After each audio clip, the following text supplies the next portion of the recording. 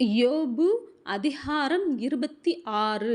யோபு மறுமொழியாக, திடனில்லாதவனுக்கு நீ எப்படி ஒத்தாசை பண்ணினாய்? பலனற்ற கையை நீ எப்படி ஆதரித்தாய்? நீ ஞானமில்லாதவனுக்கு எப்படி உசாவுத்துணையாயிருந்து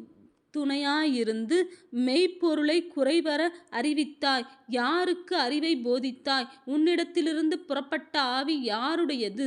ஜலத்தின் கீழ் மடிந்தவர்களுக்கும் அவர்களோடே தங்குகிறவர்களுக்கும் தத்தளிப்பு உண்டு. அவருக்கு முன்பாக பாதாளம் வெளியாய் திறந்திருக்கிறது, நரகம் மூடப்படாதிருக்கிறது.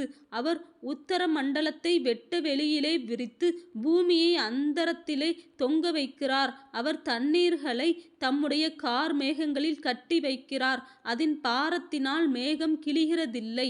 அவர் தமது சிங்காசனம் நிற்கும் ஆகாசத்தை ஸ்திரப்படுத்தி அதன் மேல் தமது மேகத்தை விரிக்கிறார். அவர் தண்ணீர்கள் மேல் சக்கரவட்டம் தீர்த்தார். வெளிச்சமும் இருளும் முடியும் மட்டும் அப்படியே இருக்கும். அவருடைய கண்டிதத்தால் வானத்தின் தூண்கள் அதிர்ந்து தத்தளிக்கும். அவர் தமது வல்லமையினால் சமுத்திர கொந்தளிப்பை அமரப்பண்ணி தமது ஞானத்தினால் அதன் மூர்க்கத்தை அடக்குகிறார். தமது ஆவியினால் வானத்தை அலங்கரித்தார்.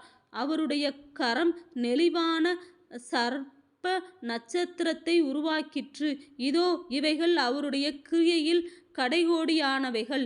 எவ்வளவு கொஞ்சம்! அவருடைய வல்லமையின் இடிமுழக்கத்தை அறிந்தவன் யார் என்றான்.